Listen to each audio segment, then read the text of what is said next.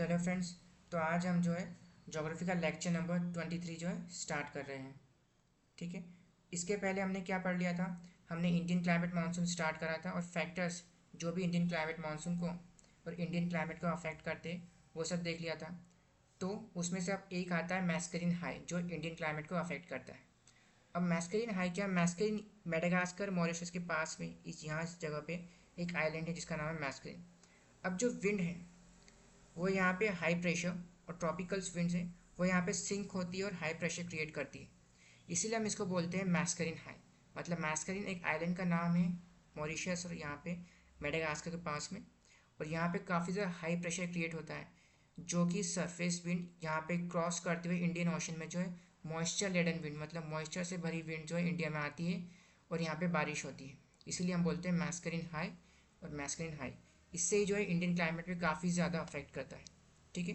तो this is a zone of high pressure, part of subtropical high pressure zone which exists around the Mascarene Island in the southern hemisphere, and hence the region is referred to as Mascarene High. During the monsoon months, when it is winter in the southern hemisphere, this region of high pressure is a source of winds which travel across Indian Ocean to reach the ITCZ, which lies over India. Stronger the high pressure, more is the rainfall. ठीक है। इसके बाद जो है हम मैस्करीन high और Indian positive Indian ocean dipole को एक बार कवर करते हैं कि किस तरह जो है इंडियन क्लाइमेट को अफेक्ट करता है। तो पॉजिटिव इंडियन ओशन डायपोल में क्या होता है? ये आपका मैस्करीन हाई है। ठीक है। यहाँ पे मॉइस्चर लेडन विंड, मतलब हाई प्रेशर जोन है यहाँ पर भी। ये विंड्स यहाँ पे आती है सोमालिया साइड। और इंडियन ओशन डायपोल में क्या होता है? Somalia side low pressure create होता है, इंडोनेशिया साइड जो है हाई प्रेशर क्रिएट होता है। ये विंड जो है अब लो प्रेशर सोमालिया साइड सारी विंड्स को अट्रैक्ट करेगी, मतलब यहाँ से हाई प्रेशर से यहाँ पे विंड अट्रैक्ट होगी। मर्करीन मर्स मैस्करीन हाई से भी जो विंड यहाँ पे मैस्करीन हाई से भी यहाँ पे विंड अट्रैक्ट होगी। ठीक है। अब यहाँ पे मैस्करीन हाई से विंड अट्रैक्ट होगी और सारा मॉइस्चर यहाँ कलेक्ट होगा। अब सोमालिया साइड लो प्रेशर है और ITCZ पे भी लो प्रेशर है। ठीक है। अब तो यहाँ पे कौन सा ज़्यादा हाई लो प्रेशर, सबसे ज़्यादा लो प्रेशर कहाँ पर है? तो वो है ITCZ पे सबसे ज़्यादा लो प्रेशर है। तो जितना भी मॉइस्चर है सोमालिया से वो ITCZ की तरफ अट्रैक्ट होगा। मतलब क्या? पहले सारा मॉइस्चर सोमालिया की तरफ अट्रैक्ट होकर कलेक्ट होगा एंड देन वापस से ये सारा मॉइस्चर जो है ITCZ की तरफ अट्रैक्ट होगा, क्योंकि ITCZ का जो मॉइस्चर लेवल है काफ़ी ज़्यादा है एज़ कम्पेयर टू सोमालिया के लोअर प्रेशर से। तो इससे क्या होगा? हमारा इंडियन मानसून में काफ़ी अच्छी हमें बारिश देखने को मिलेगी। इसीलिए हम इसको बोलते हैं पॉजिटिव इंडियन ओशन डायपोल। इस तरह जो है इंडिया को अफेक्ट करता है। वहीं हम बात करें नेगेटिव और न्यूट्रल इंडियन ओशन डायपोल की, तो हमें सोमालिया साइड जो है हाई प्रेशर जोन देखने को मिलता है। ठीक है। तो मैं और Indonesia side low pressure zone. तो क्या होगा यहाँ पे? मैस्करीन हाई में जितना भी लो प्रेशर और जितना भी हाई प्रेशर और मॉइस्चर लेडन विंड है वो इंडोनेशिया तरफ अट्रैक्ट हो जाएगी। ठीक है। और कुछ विंड जो है ITCZ की तरफ चली जाएगी। तो यहाँ पे क्या होगा?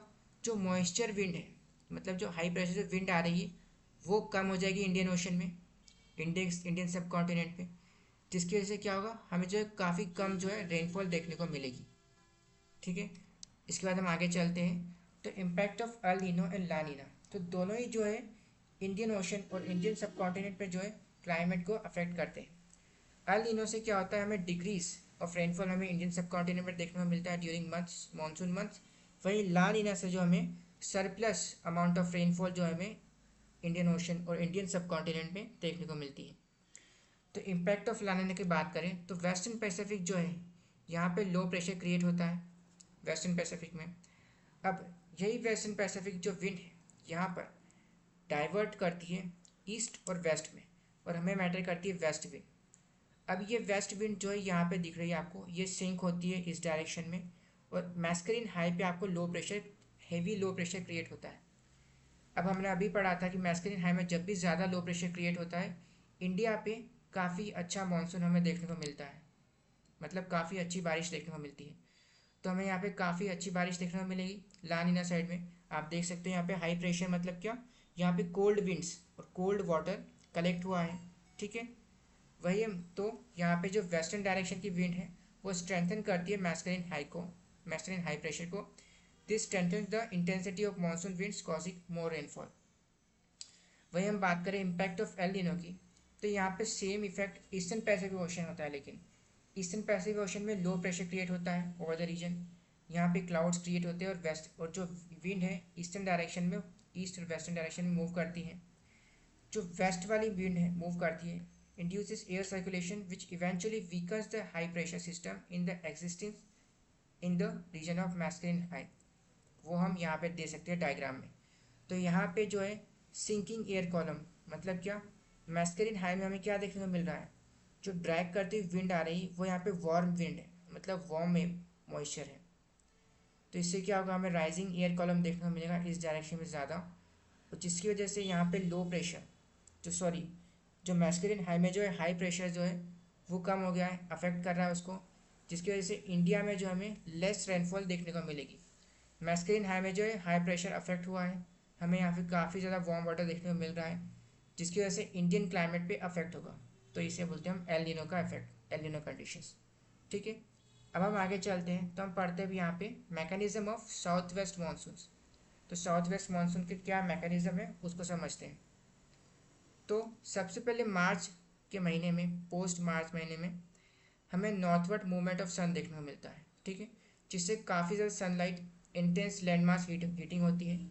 इसके बाद जिसकी वजह से क्या होता है, हमें लो प्रेशर क्रिएट होता है नॉर्थ वेस्ट इंडिया में और ITCZ शिफ्ट होता है नॉर्थवर्ड में। इसके बाद क्या होता है, विंड रिवर्सल और मॉइस्चर बिल्डअप, मतलब क्या, trade winds from southern hemisphere cross equator, moisture buildup होता है और विंड जो है इंडियन सब कॉन्टिनेंट की तरफ मूव करती है।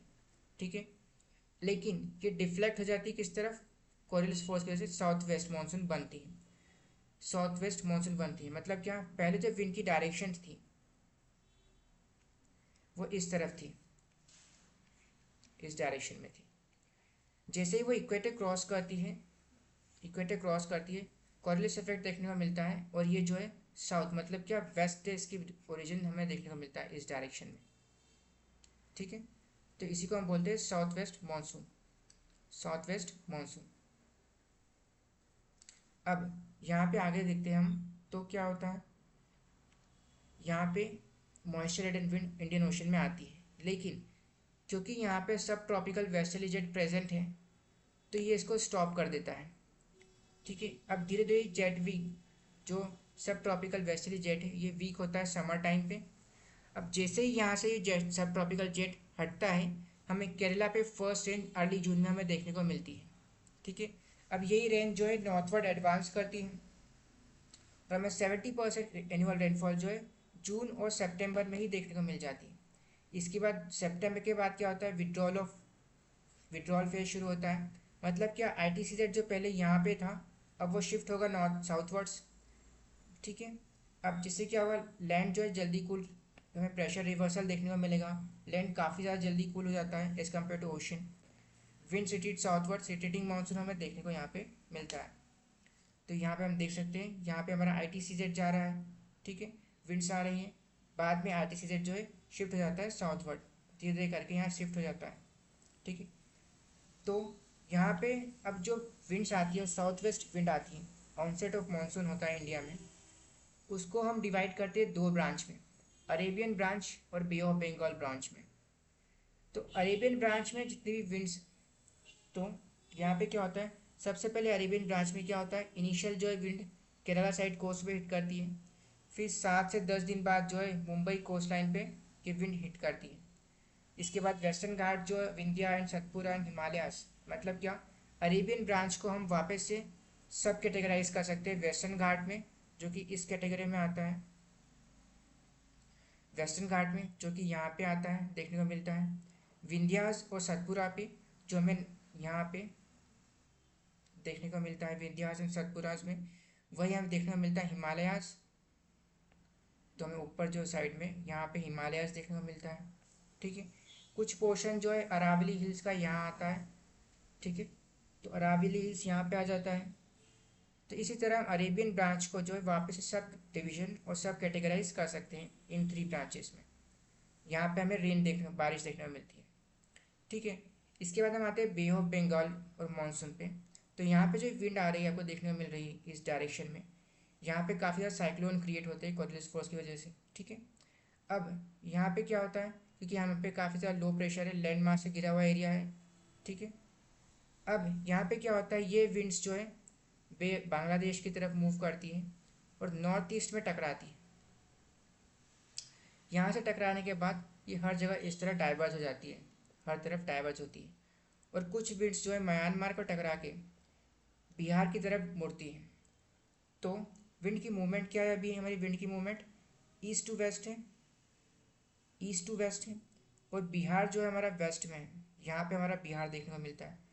तो बिहार बिहार में विंड कहाँ से आ रही है, ईस्ट से आ रही है, और ईस्ट को क्या बोलते हैं हम, पूरब।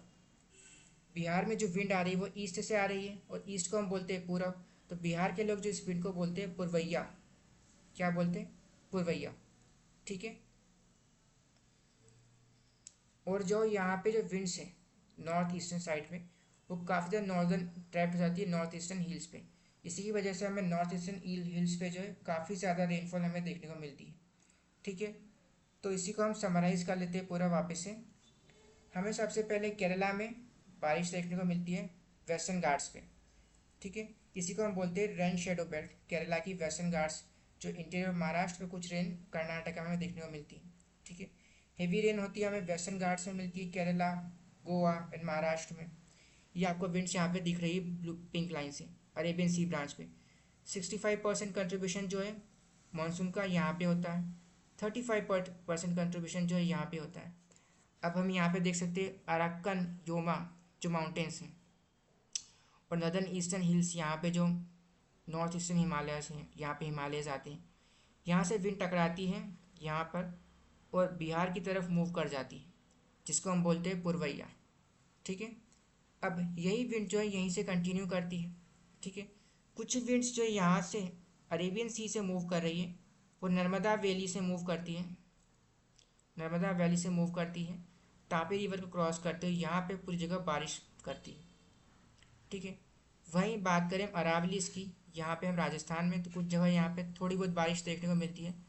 अब ये दोनों विंड्स अरेबियन सी ब्रांच और वेस्टर्न वाली branch, bay of Bengal branch, दोनों यहाँ पे मीट करती है, जिसकी वजह से पंजाब में हमें काफ़ी ज़्यादा हेवी रेन देखने को मिलती है।